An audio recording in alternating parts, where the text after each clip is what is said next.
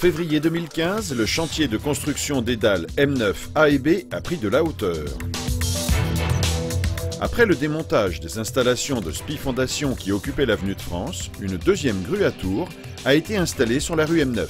Donc, au niveau du montage, c'est une grue Eiffage Construction.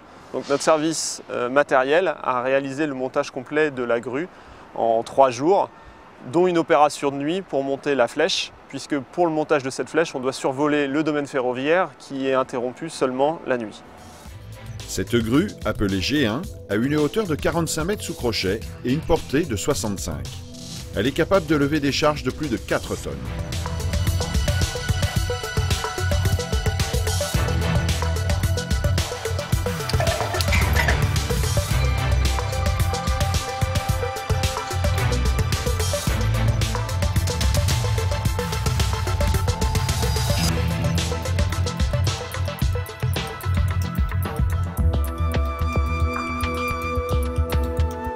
Elle permettra de travailler sur les dalles A, B1 et B2.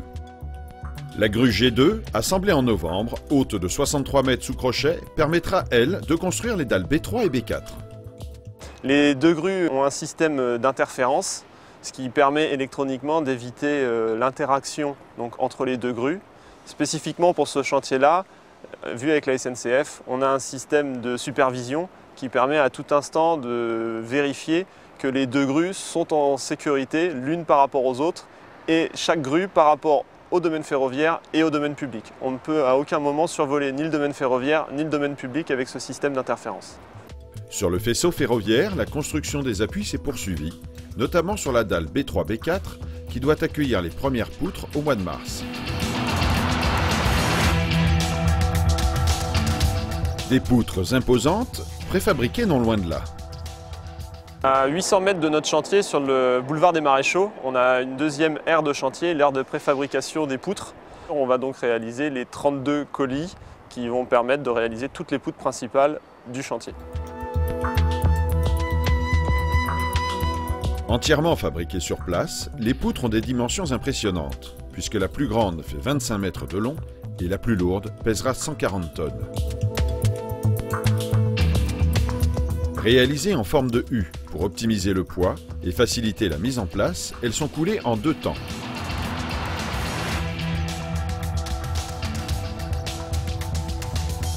Un premier bétonnage pour effectuer le talon, puis un deuxième pour les voiles.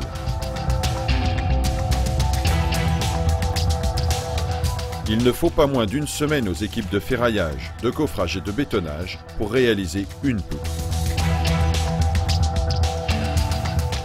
Donc au jour d'aujourd'hui sur le chantier, on est 62.